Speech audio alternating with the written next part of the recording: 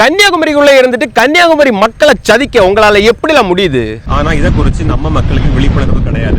அப்பாவி போல இருக்கும் இவர்களை பார்க்கும் போது ஏதோ ஒரு அதிகாரி போன்று தோன்றும். ஆனால் அதுதான் இல்லை. இவர்கள்தான் குமரி மாவட்டத்தின் போலி ஆய்வாளர்கள், சயின்டிஸ்டுகள் மற்றும் அதிகாரிகள்.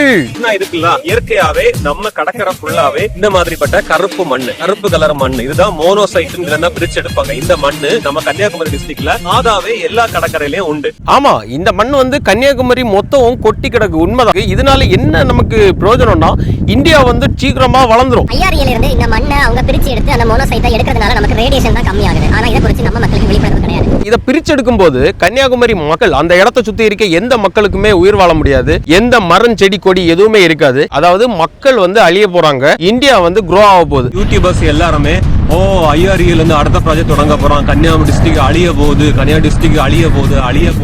ஏன் இப்படி மக்களை நீங்க பயங்காட்டுறீங்க? ஆமா ஆமா, நம்ம சயின்டிஸ்ட் ரொம்ப ஆராய்ச்சி பண்ணி இந்த மண்ணை பிரிச்சு எடுத்தாச்சுன்னா மக்களுக்கு நல்லது. இவங்க பெரிய சயின்டிஸ்ட். ஆனா அது மக்களுக்கு நல்லதுதான் சொன்னாக்கி கண்டிப்பா நான் ஆதரிக்க தான் செய்வேன். முதல் நன்மை என்னன்னா, கடல் அரிப்பு ஏற்படும். இந்த கடல் அரிப்பு ஏற்படும் போது என்னன்னா, மணல்ல இருக்க அந்த மோனோசைடை எடுக்கும் போது இந்த மணல் ரொம்ப லூசா இருக்கும். மணல் கடல் அரிப்பு மொத்த வீடுகள், அந்த கிராமமே அழிவுக்கு வாய்ப்பு இருக்கு. நன்மை என்னன்னா, கதிர்வீச்சு மற்றும் கேன்சர் இது மட்டும் தான் வரும் நோயில அது போக கழிவுனால நிலத்தடி நீர் பாதிக்கப்பட்டு அந்த தண்ணியை குடிக்கும் போது அதுலயும் உடல் உபாதைகள் நிறைய ஏற்படும். மீனவர்களுக்கு வாழ்வாதாரம் பாதிக்கும். ஏன்னா பக்கத்துல எந்த மீனுமே உயிர் வாழ முடியாது இந்த கதிர்வீச்சுனாலையும் இதனால வர கெமிக்கல்ஸ்னாலையும். இன்னொரு மெயின் முக்கியமான விஷயம் என்னன்னா, இந்த ஆலை ரன் ஆச்சுன்னா மீனவர்களுக்கு போட்டை எங்கேயுமே பார்க் பண்ண முடியாது. இந்த கம்பெனி அங்க இருக்கும்போது அங்க பக்கத்துல அவங்க மீன் பிடிக்கவும் முடியாது. மீன் பிடிக்கணும்னாலும் மீன் கிடைக்காது. இந்த அதிகாரிகள், இந்த போலி அதிகாரிகள் எல்லாம் சேர்ந்து என்ன பண்ணாங்கன்னா, குமரி மக்களை அழிக்கக்குள்ள பிளான போட்டு வராங்க. இது யாருக்கு தூண்டுதலின் பேராலேன்னு எனக்கு தெரியல. ஏன்னா நம்ம தளபதி விஜய் அரசுல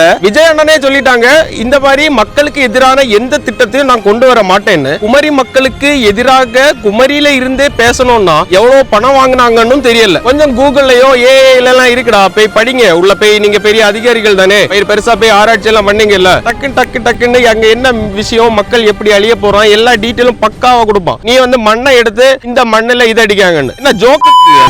ஆல்ரெடி மலையெல்லாம் குடஞ்சு எடுத்துட்டே தான் இருக்காங்க, எடுத்துட்டும் இருக்காங்க. இப்போ புதுசா இந்த மாதிரி மணல்ல இருந்து அதுக்குள்ள தாதுக்களும் எடுக்கணும்னா இவனுக்கெல்லாம் இவன் ஜெனரேஷன், அடுத்த ஜெனரேஷன், அதுக்கு அடுத்த ஜெனரேஷன், அதெல்லாம் எப்படி இருக்குன்னு உனக்கு பாதோடே இல்ல. ஏன்னா ஐஆர்ஏல் எவ்வளவு பணம் குடிக்கணும், அந்த பணத்துக்கு வேலை செய்யணும்ல. அந்த மாதிரி கன்னியாகுமரி அழிக்க கன்னியாகுமரிக்கு உள்ளவனே வந்துட்டான்.